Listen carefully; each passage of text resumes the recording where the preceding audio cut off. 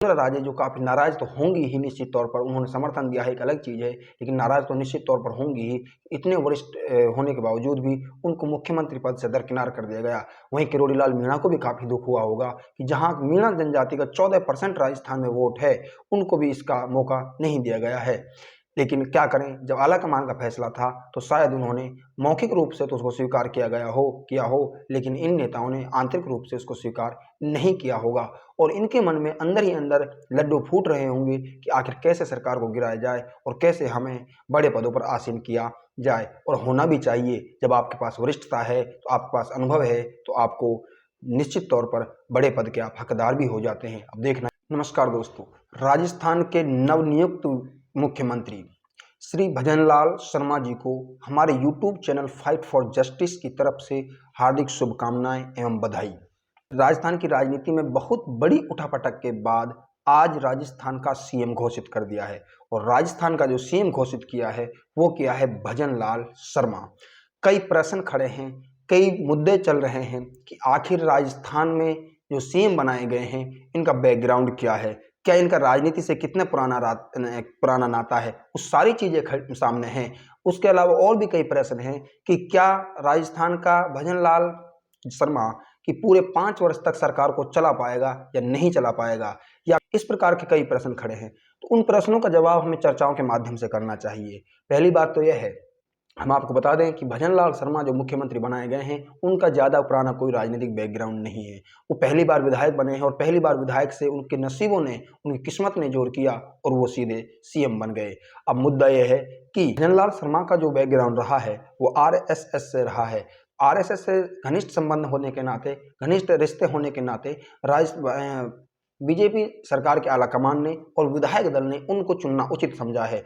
दूसरी एक चीज़ ये भी है कि जब मुख्यमंत्री की रेस में बहुत सारे लोग थे तो उनको सबको दरकिनार करते हुए एक नया चेहरा लाना जरूरी हो गया था। जिस प्रकार से राजस्थान में नए चेहरे के लिए चैलेंज था, ठीक उसी प्रकार से 12 से 15 लोगों के मध्य में से एक सीएम को चुनना भी बहुत बड़ा चैलेंज था। आला कमान ने और विधायक दल की बैठक ने उन सबको 12 से 15 लोगों को, यहाँ तक कि वरिष्ठ नेता जो वसुंधरा राजे हैं उनको, किरोड़ी लाल मीणा है उनको भी दरकिनार करते हुए मुख्यमंत्री के पद पर आसीन कराने की जो घोषणा की है वो की है भजनलाल शर्मा की। अब मुद्दा यह है कि क्या भजनलाल शर्मा 5 वर्ष तक सरकार चला पाएगा या नहीं चला पाएगा। इसके लिए और भी एक चीज है कि क्या मुख्यमंत्री जो पूर्व मुख्यमंत्री वसुंधरा राजे रही हैं, क्या गारंटी है कि वो बगावत नहीं करेंगी। ये लोकतंत्र देश है, लोकतंत्र देश में 3-3 महीने सरकार चलने के बाद भी गिरती हमने और इतिहास में देखी हैं और पढ़ी भी हैं।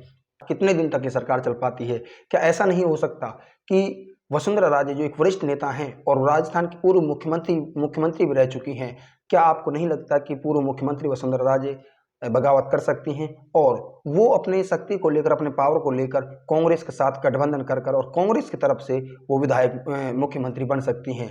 दूसरी चीज़ एक ये भी है कि मीणा जनजाति से किरोड़ी लाल मीणा जो है एक वरिष्ठ नेता रहे हैं और काफ़ी लोकप्रियता उनके बीच में है, उनको है, क्योंकि जहां भी जन आंदोलन होते हैं और सभी उन जन आंदोलन की अगुवाई राजस्थान में किरोड़ी लाल मीणा बढ़ चढ़कर करते हैं। लेकिन किरोड़ी लाल मीणा जैसे लोगों को भी दरकिनार कर दिया गया।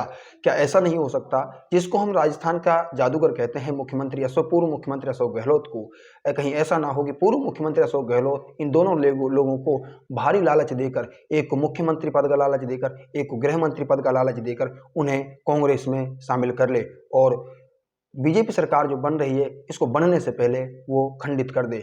खतरे तो बहुत सारे हैं और क्यों ना हमें एक इतिहास का पन्ना और भी पढ़ना चाहिए। जब 1966 में लाल बहादुर शास्त्री की मृत्यु हुई थी तो प्रधानमंत्री देश में बनाने के लिए एक बहुत बड़ा चैलेंज था कि किसे आखिर देश का प्रधानमंत्री बनाया जाए। आपने देखा कि प्रधानमंत्री जब उस समय बनाया गया था, कांग्रेस के सिंडिकेट मेंबरों ने प्रधानमंत्री इंदिरा गांधी को चुना था।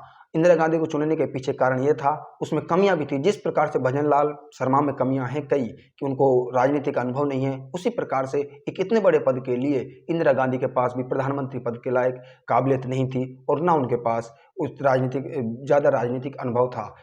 कारण क्या था, सिंडिकेट के मेंबर क्या चाहते थे कि जब प्रधानमंत्री इंदिरा गांधी बन जाएगी तो अनुभव ना होने के कारण वो सारे काम हमसे पूछ कर करेगी, हमारे निर्देशन में करेगी, और इसीलिए उन सिंडिकेट के मेंबरों ने इंदिरा गांधी को प्रधानमंत्री बनाना उचित समझा। एक लॉजिक यहाँ पर केंद्र सरकार का ये भी काम करता है कि यदि हम मुख्यमंत्री राजस्थान में किसी अनुभवी व्यक्ति को बिठाते हैं तो शायद वो केंद्र सरकार की ज़्यादा बातों को ना सुने और केंद्र सरकार की बातों को ना माने। लेकिन अगर हम राजस्थान में मुख्यमंत्री एक अनुभवहीन मुख्यमंत्री बैठाते हैं तो वो सारे काम जो केंद्र सरकार के निर्देशन में करेगा और उनसे पूछ पूछ कर करेगा।